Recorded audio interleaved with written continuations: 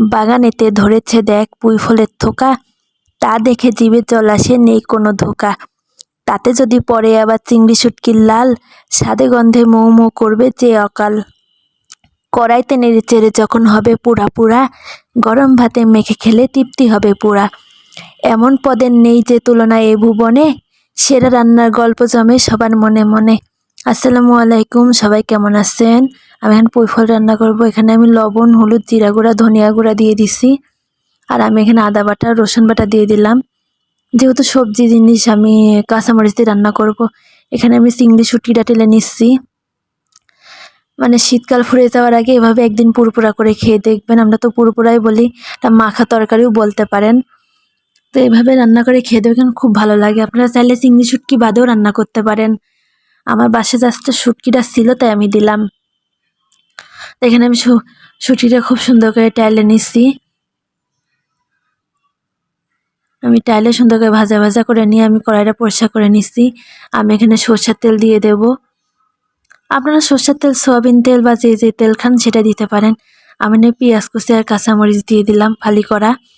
আপনারা এটা ফালি বলেন না চিড়ে দেওয়া বলেন তা তো আমি জানি না। আমরা ফালিও বলি, চিড়ে দেওয়াও বলি। তো আমি এখানে মশলাটা দিয়ে দিলাম। পেঁয়াজটা ভাজা ভাজা হয়ে গেছে। আমি এখানে নেড়ে চেড়ে সমস্ত মিশাই নিচ্ছি। এবার মশলাটা খুব ভালো করে কষাই নিচ্ছি। এখানে আমি পুঁই ফলের ভিতরে কিন্তু একটা কাঁচা টমেটো দিয়ে দিচ্ছি, যাতে হালকা একটু টকটক ভাব আসে।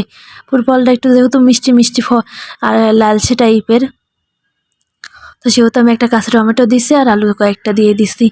এখানে আমি খুব সুন্দর করে মিশিয়ে নিব। আমি উপর দিয়ে চিংড়ি শুটকিটাও দিয়ে দিছি, কিন্তু ওটা ক্যামেরা করা আসলে হয়নি। এবার এখানে আমি খুব সুন্দর করে নাড়িয়ে চাইরে তো খুব সুন্দর বলেছি। তো এখানে আমি ঢাকনা দিয়ে ঢেকে দিলাম। এবার ভালো করে কষায় নিব।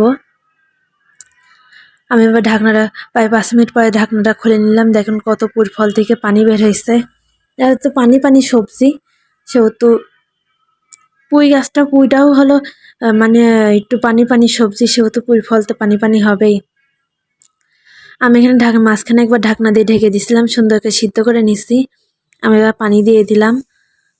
পানি দিয়ে ভালো করে শুকাই নিচ্ছি। এবার আমি গরম মশলা গুঁড়া দিয়ে দিলাম।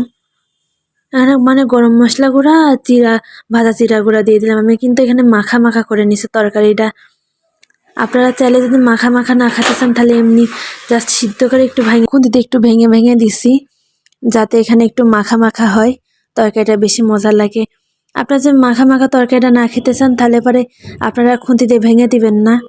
আমার দেখেন রান্নাটা কেমন হয়েছে, খুব সুন্দর মাখা মাখা হয়ে গেছে। আজকে এ পর্যন্তই। কেমন লাগলো আমাকে কমেন্ট করে জানাবেন। আমার পেজটা ফলো করবেন, ইউটিউবে সাবস্ক্রাইব করবেন। আল্লাহ হাফেজ।